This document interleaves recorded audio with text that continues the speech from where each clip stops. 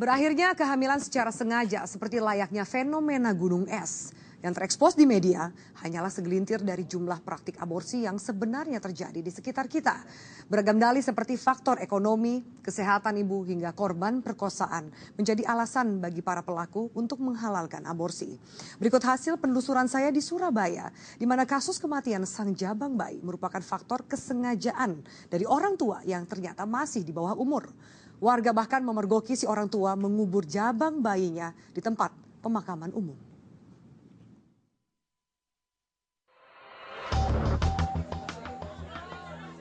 Desember 2015 lalu, seorang warga memergoki kakak beradik F dan DR tengah mengubur jasad bayi perempuan di TPU Asem Jajar, Bubutan, Surabaya. Bayi ini diduga adalah korban aborsi ilegal orang tuanya. Kanit Reskrim Surabaya yang menangani kasus aborsi ilegal ini telah mengamankan 4 orang tersangka. Di antaranya adalah pasangan remaja laki-laki berinisial F dan remaja perempuan berinisial A yang baru berusia 16 tahun. 2 tersangka lain adalah ibu dari F yang diduga menjadi otak aborsi bernama Erni dan juga dukun bayi bernama Adimah yang membantu proses aborsi.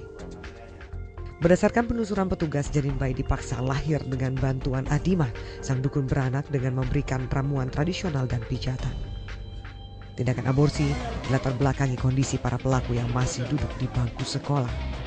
Sehingga Erni menyarankan keduanya untuk pergi menggugurkan kandungan di kawasan Tenggumung Wetan, Kecamatan Semampir, Surabaya. Untuk menelusuri betapa mudahnya para pelaku menggugurkan darah dagingnya sendiri, bersama Kasat Reskrim Polrestabes Surabaya, AKBP Takdir Matanete, saya menjumpai keempat tersangka kasus aborsi ilegal ini. Sekarang ini kita mau menuju ke Polsek. Ya, ini tadi kita kan di Polrestabes ya. Tim IDEM sama dari PPA kita semua kita ini kan di Polsek karena tersangka ini ada di sana. Ya, kemudian nanti dari sana kita akan ke TKP untuk rekonstruksinya. Ya, kita rekonstruksikan biar tahu perannya masing-masing dari para tersangka ini. Kan bahwa di Jawa Timur aja kasus aborsi ilegal ya kebanyakan justru dilakukan oleh anak remaja, ini terjadi di kota Surabaya. Tanggapan dan pandangan Anda ada seperti apa sih? Memang ada beberapa kasus, kita ada temuan bayi, ya temuan dibuang, ada yang janin, ada yang kita temukan. Nah ini mungkin ada beberapa sebelumnya yang bisa terungkap juga orang tuanya siapa, tetapi yang agak artinya menarik publik yang khusus kasus satu ini ya, karena artinya ini sudah lahir, sudah ini kok kenapa tega sampai harus dibiarkan mati. Setidaknya kalau memang ada upaya mungkin masih bisa terselamatkan. Jadi ini yang memang yang agak menarik ya. Dan ya karena ini kota besar ya, mungkin kita melihat bagaimana pergaulan, bagaimana gampangnya mungkin, jadi memudahkan untuk hal-hal seperti itu. Ada upaya dari pihak kepolisian nggak untuk menyisir daerah-daerah atau tempat-tempat yang dicurigai menjadi tempat aborsi ilegal, Bang? Ya, jadi dengan adanya peristiwa ini kita pun juga artinya dengan langsung polsek-polsek coba sambil dimonitor kalau masih ada tempat-tempat yang sama, ya tentunya hal yang tidak benarnya harus kita luruskan ya. Siapapun kita harus tegas.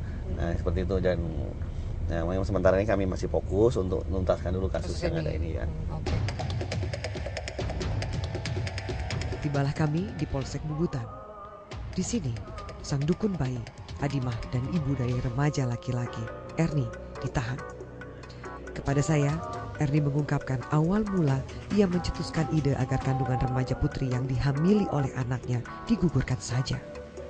Atas perbuatannya, Erni dijerat dengan pasal 342 KUHP tentang pembunuhan berencana terhadap anak dan terancam hukuman minimal 15 tahun penjara. Bagaimana reaksi ibu pertama ketika tahu anak laki-laki ibu menghamili seorang anak perempuan?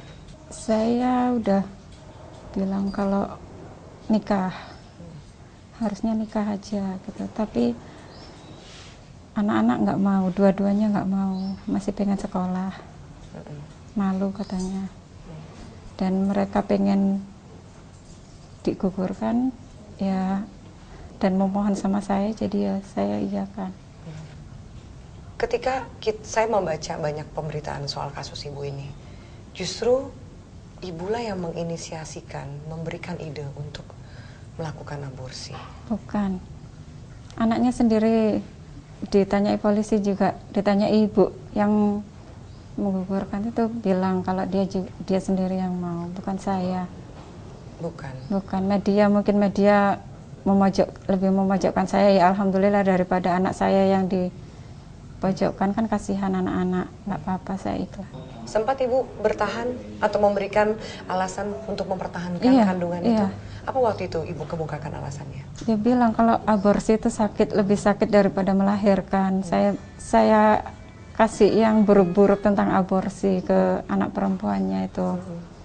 Tapi dianya memang kepengen digugurkan. Ya udah, saya kan terserah anaknya sendiri yang melakukan. Ibu, bagaimana ibu mencari tahu dan sampai kemudian ketemu bidan atau dukun beranak ini? Dulu udah terkenal. Anda kenal dari mana? Ya dari mulut ke mulut. Saya dulu pernah ya cuman berobat aja setelah melahirkan gitu. Terus saya dengar seperti itu, saya coba ke ibu ini. Berapa kali ibu ke rumah si dukun ini? 5 kali. 5 kali. Ibu sudah keluar biaya waktu itu? Berapa biayanya? Sekitar 1,5. 1,5 untuk 5 kali pertemuan sampai janin itu keluar. 1,5 termasuk sekitar juga. Segitu, ya. Pertanyaan terakhir. Sekarang ibu menyesal dengan keadaan seperti ini? Pasti. Kondisi anak ibu yang laki-laki seperti apa? Karena dia juga jadi tersangka. Iya, menyesal, shock.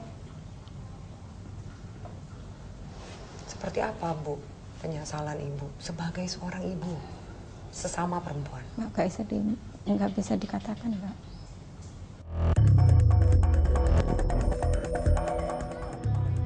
Maraknya praktek aborsi tidak hanya karena niat pelaku, tapi juga karena mudah menjumpai pihak yang bersedia membantu menggugurkan kandungan. Saya menuju ke tempat praktek aborsi saat dukun beranak beroperasi. Pihak Satreskrim Polrestabes Surabaya dan Polsek Bubutan saat itu tengah melakukan olah TKP untuk melengkapi data pendidikan dan fakta. Ini adalah tempat prakteknya dukun beranak ini ya. Di sini dia memang stay-nya di sini ya, sudah hampir 20 tahun dia bekerja sebagai dukun, atau sebenarnya profesi sebenarnya adalah urut ya, tukang urut. Namun sering membantu juga untuk melahirkan. Nah kemarin ibu dari si laki-laki ini datang ketemu dengan Ibu Amida ini untuk minta bantu. Awalnya memang tidak mau, tapi akhirnya mau juga membantu ya. Jadi inilah rumah yang digunakan. Ya, ini rumah kalau kita digunakan. lihat ya sebenarnya, kalau kita kan tadi di jalan tuh dari ujung gang, ini kan gangnya kecil sekali, padat penduduk. Tapi tidak ada tanda atau pelang apapun yang menandakan bahwa si ibu ini adalah tukang urut atau dukun beranak gitu. Ya. Berarti ini sudah cukup terkenal gitu di masyarakat untuk sini? lingkungan sini ya, ini adalah memang Bu Amida ini sudah sangat, ya artinya udah terkenal lah di daerah, apalagi kawasan ini dan daerah, bahkan banyak yang dari luar yang minta bantuan untuk urut ataupun ya tadi melahirkan.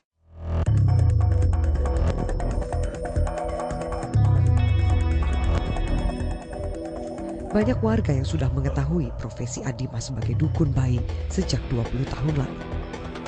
Hampir setiap hari ada pasien yang datang ke rumah Adimah. Tidak hanya sebagai pasien untuk persalinan dan pemijatan bayi, namun juga melakukan aborsi dengan cara pemberian ramuan tradisional dan pijatan terhadap ibu hamil. Nah, ibu berprofesi sebagai dukun beranak, betul? Ya biasa Bu, pijat anak-anak kecil tuh oleh selapan gitu, terus pijat orang hamil ya. Tadi saya wawancara Bu Erni bilang ibu udah terkenal sering membantu aborsi.